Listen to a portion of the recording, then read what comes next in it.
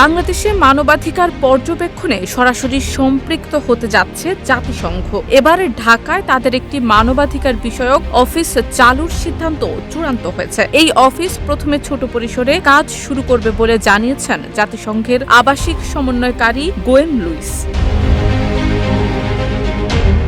৪ June বুধবার সকালে জাতীয় প্রেস ক্লাবে ডিক্যাব আয়োজিত ডিক্যাব টক অনুষ্ঠানে বক্তব্য রাখার সময় তিনি বলেন, মানবাধিকার পরিস্থিতি পর্যবেক্ষণের লক্ষ্যে ঢাকায় একটি ছোট আকারের অফিস চালু করতে যাচ্ছি। এটি শিগগিরই কার্যক্রম শুরু করবে। রোহিঙ্গা প্রত্যাবাসন ও মানবিক করিডোর ইস্যুতে কথা বলতে গিয়ে গোয়েন লুইস জানান, মানবিক করিডোর বাস্তবায়নে বাংলাদেশ ও মিয়ানমারের আনুষ্ঠানিক সম্মতির প্রয়োজন রয়েছে। উভয় পক্ষ সম্মতি দিলেই কেবল জাতিসংঘ কার্যকরভাবে সহায়তা দিতে পারবে। সিল্কোর সিল্ক অ্যান্ড শাইন, যাতে আছে আর্গান অয়েল ও ওট প্রোটিনের গুডনেস, যা আপনার চুলকে রাখে হেলদি অ্যান্ড শাইনিং। তবে এ বিষয়ে এখনো কোনো আনুষ্ঠানিক আলোচনা হয়নি বলেও তিনি জানান।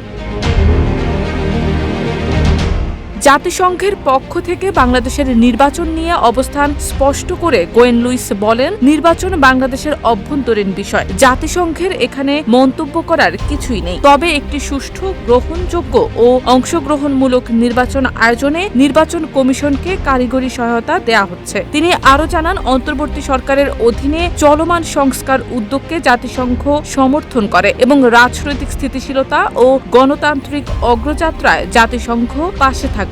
নির্বাচন কমিশনের কার্যক্রম নিয়ে জাতিসংঘ সন্তুষ্ট বলে মন্তব্য করে গোয়েন লুইস বলেন, আমাদের লক্ষ্য বিশ্বাসযোগ্য নির্বাচন পায়। আমরা সেই লক্ষ্যে কমিশনের পাশে আছি। আলোচনার শেষে তিনি বাংলাদেশে জাতিসংঘের দীর্ঘমেয়াদী উন্নয়ন সহযোগিতা অব্যাহত রাখার আশ্বাস দেন এবং বলেন, জাতিসংঘ সবসময় বাংলাদেশের মানুষের পাশে থাকবে।